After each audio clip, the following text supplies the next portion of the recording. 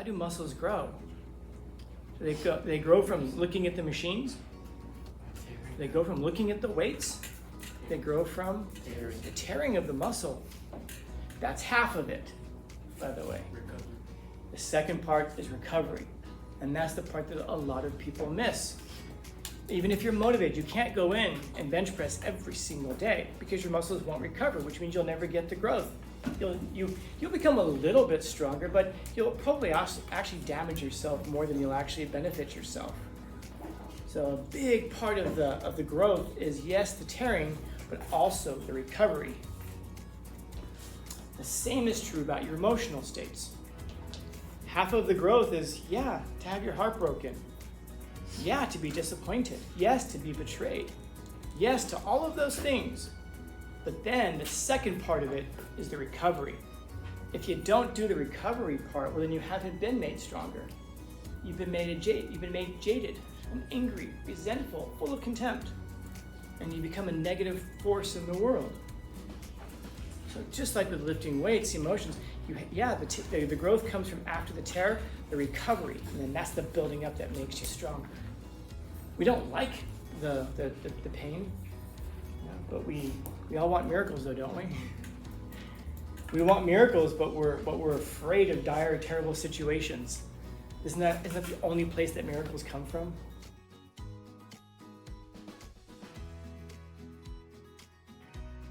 How do little kids learn? Do they learn better through pain or through joy and happiness?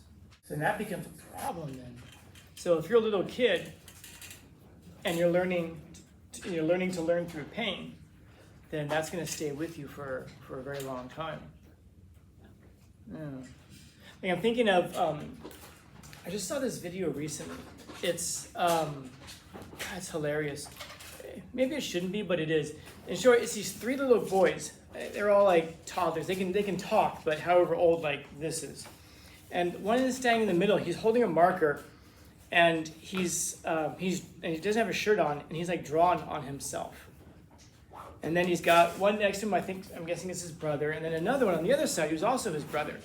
And the video is being taken by the mom, and she's just asking, why would you have done that? Which is funny because she's recording it. And the little boy who's got the marker, he just says, and I'm glad they have subtitles on some of them because he's hard to understand sometimes. He says, "We wanted to be bad boys." And she's like, why would you want to be a bad boy? And he's like, "We wanted to be bad boys." And then one of the brothers has his hands folded like he's in church. He's just like this, like he looks terrified, but not just like scared he's gonna get beaten, but like very upset with himself and sad, like as only a toddler can. Like the whole world's collapsing because they've drawn on themselves with a marker. And then the other on the other side has his hands. He's like, he's not sure what to do. He's got the shoulders up, which is like this international sign for I'm afraid, because this is something that we do physiologically when we get nervous. Our shoulders go up because we're like protecting our neck, And then the little boy's in the middle, and he's trying to explain that they wanted to be bad boys. And so he asks the mom, like, "Are you mad?" And she's like, "Well, yeah, what do you think? Of course I'm mad." And then he's like thinking about it. Do you think Dad's gonna be mad? She's like, "Well, we're gonna have to see." And all the boys get nervous, like, "Oh no," because that probably means Dad's the one who brings the thunder, And then he says, "Maybe we should think about what we've done." So you can think, now that's probably something that Mom has told them before when they've misbehaved. You go think about what you've done. And the mom says, "Well, thinking about what you've done isn't going to get rid of the marker." And he says, "Well, I could take a bath." And then whoever his brother's name is, he could take a bath. And after that, he could take a bath.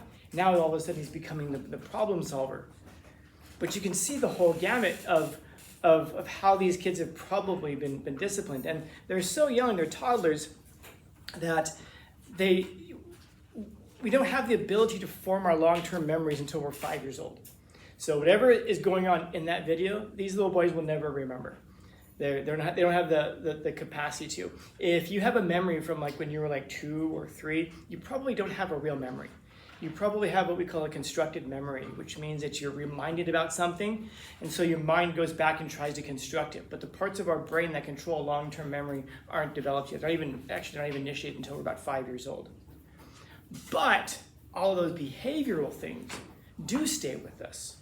So, in other words, if the mom came over and introduced pain into their lives by beating them all, they wouldn't remember having gotten beaten, but that would form an unconscious thing inside of them that they would then learn, like, oh, that's how they learn. And so it's worthwhile. The reason I'm asking that question is because, is that pain creates wisdom or peace and happiness. And I don't usually like answers like that, but in this case, it works pretty well. It depends on the person. In other words, which of these two things are how you were trained? So did you learn that pain would create wisdom because you would learn things that way? Or did you learn that you can learn through peace and happiness? And you can see it play out. If you go to, like Target or whatever, you can see little kids will get in trouble and their moms will yell at them. And then they get nervous, they get startled, and they get scared. And they're learning, okay, so that's the only way they can speak to me. Versus if you have some parents who we've seen, they're like overboard. They're like squatting down there.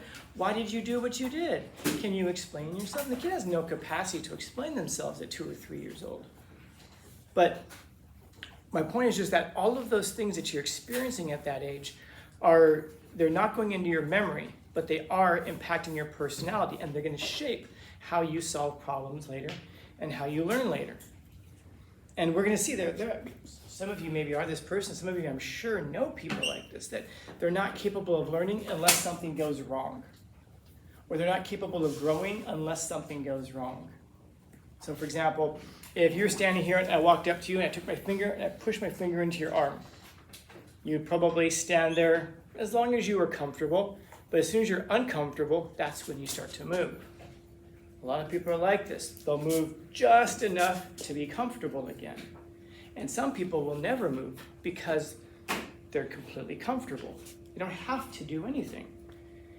And so it's a good question to ask ourselves, my personality type, am I the kind of a person who can learn through peace and happiness and in pain? In other words, in all gamuts? Or does something have to go wrong in order for me to deal with it?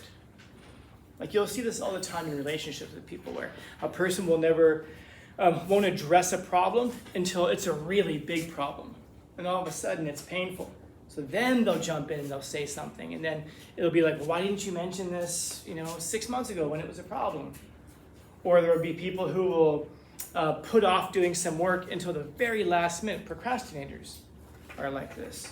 They have to have something that's poking them, saying, it's due tomorrow, it's due tomorrow, it's due in an hour, it's due in 30 minutes. And so what is it about my personality such that I need to be pushed and motivated this way? But that's why I was asking that question, if it's true though, that we learn from our mistakes. Because we do hear that all the time. We all learn from our mistakes, and we all just nod. Yeah, that's true. We learn from our mistakes. We learn from our mistakes. But I don't know, do we? Do most people? It's like you've heard that statement before, what doesn't kill me makes me stronger. I like that statement. It's fantastic. It comes from a guy named Friedrich Nietzsche, German philosopher. He said, what doesn't kill me makes me stronger. But listen to the language in that statement. He's writing about himself. What doesn't kill me makes me stronger. That isn't true about most people. Most people are not made better by the things that don't kill them. Sometimes people get their hearts broken and they end up angry and jaded and they take it out on the world. They build walls up around themselves. They fold their arms. They scratch their chins. And they say, I'm never going to let anybody hurt me again. I'm never going to let anybody in again. Or they go on a rampage of trying to hurt other people because they've been hurt before. It hasn't made you stronger. Putting up walls around you doesn't make you stronger. Becoming angry doesn't make you stronger. It's easy to hate. It's easy to be angry. It takes a lot of strength. I mean genuine strength to be peaceful and gentle and kind. Because the world is not necessarily peaceful and gentle and kind. Which means you have to be able to stand up to the world in strength and remain those things, which is hard, man. Because it's kind of like going back to, I said there at the beginning, Is it true that there's more pain than pleasure in life? I don't know. But one thing I can promise you is that life, what's the first time you're going to hear this? Probably a million times this year. Life is suffering. You don't get to choose not to suffer. Life is suffering. It's part of what it is to exist, that life is suffering. But what you can do is choose what it is you're going to suffer for. Are you going to suffer because when you've been hurt, which has already happened, you're going to become jaded and angry, put up walls around you and make the world a worse place, push people away, and go through more emotional torment? That's one way, but that is suffering. Or are you going to let people in again, try again, be vulnerable again, and leave yourself possibly to be hurt that way again? You're going to hurt either way. But which way are you going to choose to hurt? For becoming a horrible person, whichever way you define that, or by becoming a vulnerable person? I don't know. And that's up to each person to decide for themselves. Because that's one of the very few things I will promise you this year, and that's that life is suffering. But there's a joy there in the fact that you get to choose what it is you're going to suffer for. And that's how it is that what doesn't kill you can make you stronger, because you can survive it. And once you prove that you can survive it, well, then that kind of gives you pause to wonder what else it is that you can survive. You know? I'm thinking about anybody here goes to the gym from time to time frequently? How do muscles grow? They grow from looking at the machines. They go from looking at the weights. They grow from the tearing of the muscle. That's half of it, by the way. Recovery. The second part is recovery. And that's the part that a lot of people miss. Even if you're motivated, you can't go in and bench press every single day because your muscles won't recover, which means you'll never get the growth. You'll become a little bit stronger, but you'll probably actually damage yourself more than you'll actually benefit yourself. So a big part of the growth is, yes, the tearing, but also the recovery. The same is true about your emotional states. Half of the growth is, yeah, to have your heart broken. Yeah, to be disappointed. Yes, to be betrayed. Yes, to all of those things. But then the second part of it is the recovery. If you don't do the recovery part, well, then you haven't been made stronger. You've been made jaded and angry, resentful, full of contempt. And you become a negative force in the world. So just like with lifting weights, emotions, the growth comes from after the tear, the recovery, and then that's the building up that makes you stronger. We don't like the pain, but we all want miracles, though, don't we? We want miracles, but we're afraid of dire, terrible situations. Isn't that the only place that miracles come from? And so we have to be in bad positions. We have to have the muscle tears. We have to have the pain if we want to grow. And that's the big if, because a lot of us will resist growing. A lot of us put off as long as possible because it is frightening. It can be frightening. Or once you realize what it is, which is that it makes you stronger, then challenges and difficulties and hardships aren't frightening at all, man. They're opportunities. They're opportunities. You see guys who get in the ring and they fight. You see MMA fighters, they go in there. Do you think that they're afraid when they fight? Yeah. They are. Anyone who says they're not is either a psychopath or full of shit. But you push through anyway. Yes, it's going to hurt. You get punched in the face, does it hurt? Yes, of course it does. You go in there and you do it anyway. Is it going to hurt if you get kicked in the leg? Yes, of course, but you do it anyway.